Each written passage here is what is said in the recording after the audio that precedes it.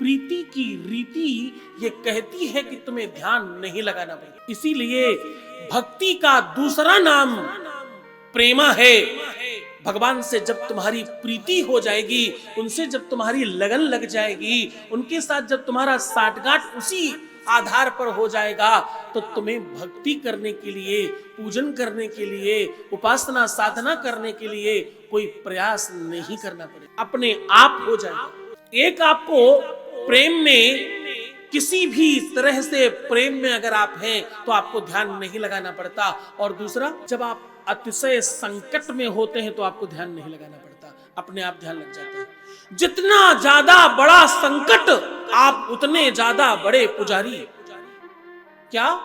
जितना भारी संकट उतने भारी पुजारी। सारा का सारा ब्रह्म ज्ञान उसी दिन उत्पन्न हो जाता है जैसे ही कोई संकट तुम पर आता है। इसलिए एक संत अयोध्या के हुए, वो कहते कि जब तुम राम की जन्मोत्सव की स्तुति गाते हो, उसमें तुम कहते हो कि भय प्रकट कृपाला, तो वो भय नहीं हुए, नहीं भय से उत्पन्न हुए कृपाल। तुम्हारे भय में भगवान व्याप्त हो जाता है। क्या कह रहा हूं मैं? कह रहा हूं तुम्हारे भय में भगवान व्याप्त होता है।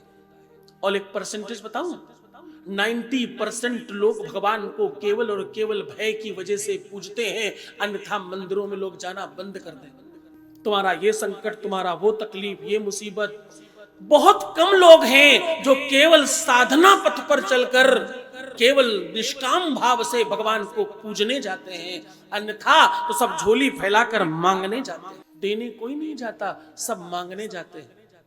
वन वे ट्रैफिक है।